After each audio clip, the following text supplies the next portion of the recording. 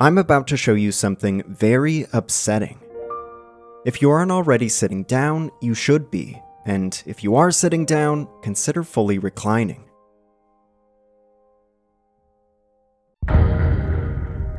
What you're looking at is the pre-order bonus chart for Final Fantasy XV.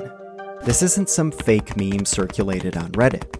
This is an actual official graphic published by Square Enix to help customers determine which version of the game they should buy from where.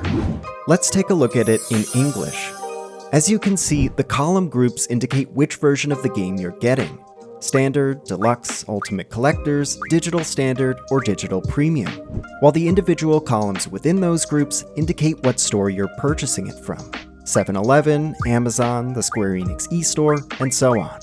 Meanwhile, the row groups indicate what type of downloadable bonus content you may or may not receive, such as weapons, outfits, and car colorways, while the individual rows indicate what each bonus is.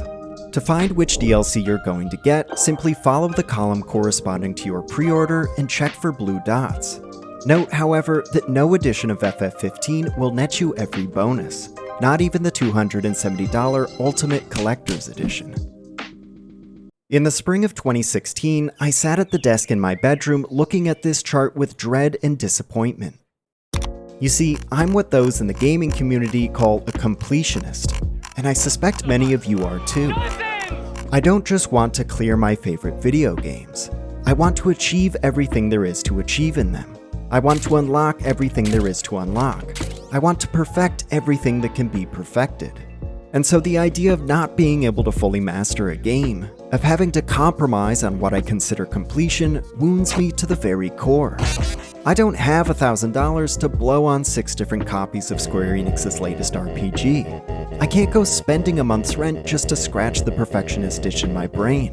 Of course, crazy pre-order campaigns like FF15's don't always mean players are locked out of obtaining these virtual add-ons. Quite often, game makers will release previously exclusive DLC at a later date on digital storefronts. Certain companies are better about doing this than others.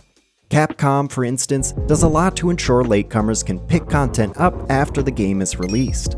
Just take a look at the Resident Evil franchise. With the sole exception of Resident Evil 7, every single player title in the series can still be fully experienced on its original system. You can buy a copy of RE5 on eBay today, pop it into your PS3, and not only purchase every piece of DLC associated with the game, but play online and unlock the things exclusive to those game modes. On the other end of the spectrum, you've got chronic offenders like Square Enix, who continue to split up digital bonuses across multiple editions, never to be released as standalone storefront purchases. As recently as Final Fantasy XVI, they locked an exclusive weapon, the Blood Sword, behind a $350 collector's edition. Then there's everyone in between. From Sega to Ubisoft to Rocksteady, just about every AAA game maker has committed the sin of pre-order exclusives, sometimes withholding large chunks of content from those who fail to buy their game at the right time through the right retailer. And no matter how consistent a company is about selling pre-order DLC post-release, there's no guarantee they'll continue to do so. For all I know, Capcom will decide to lock in-game content behind the digital deluxe edition of Resident Evil 10, and never make it available to players who bought a different version. What a fucking shame. It's that unpredictability that ensures there'll always be a measure of FOMO fans have to grapple with. Only 30,000 units will be available worldwide. And unlike physical goods, digital pre-order bonuses only stick around till their vouchers expire, assuming they aren't directly delivered to the account that ordered them. Okay, we're more than 4 minutes into the video now, and I can hear the casuals in the audience clamoring to ask all sorts of neurotypical questions. Pre-order bonuses are almost always cosmetic fluff, or weak items that serve no purpose past the first half hour of the game. Why do you care about getting them if you'll hardly use them? Can't you just focus on the main content and have fun? And it's here you've made your first mistake. I don't play games to have fun. I pet my dog to have fun. I hang out with friends to have fun. I watch hoof trimming videos on TikTok to have fun. I play games to exercise control in a world where it feels I have increasingly little. It's just a nice bonus if those games also happen to be fun. Already I hear some impatient sighs in the audience. I know what you're thinking, that this is a me problem, that I'm unreasonably fixated on completing games according to these neurotic criteria, that this isn't a healthy way to engage in anything recreational. Entertainment should be fun. Entertainment should be comfortable.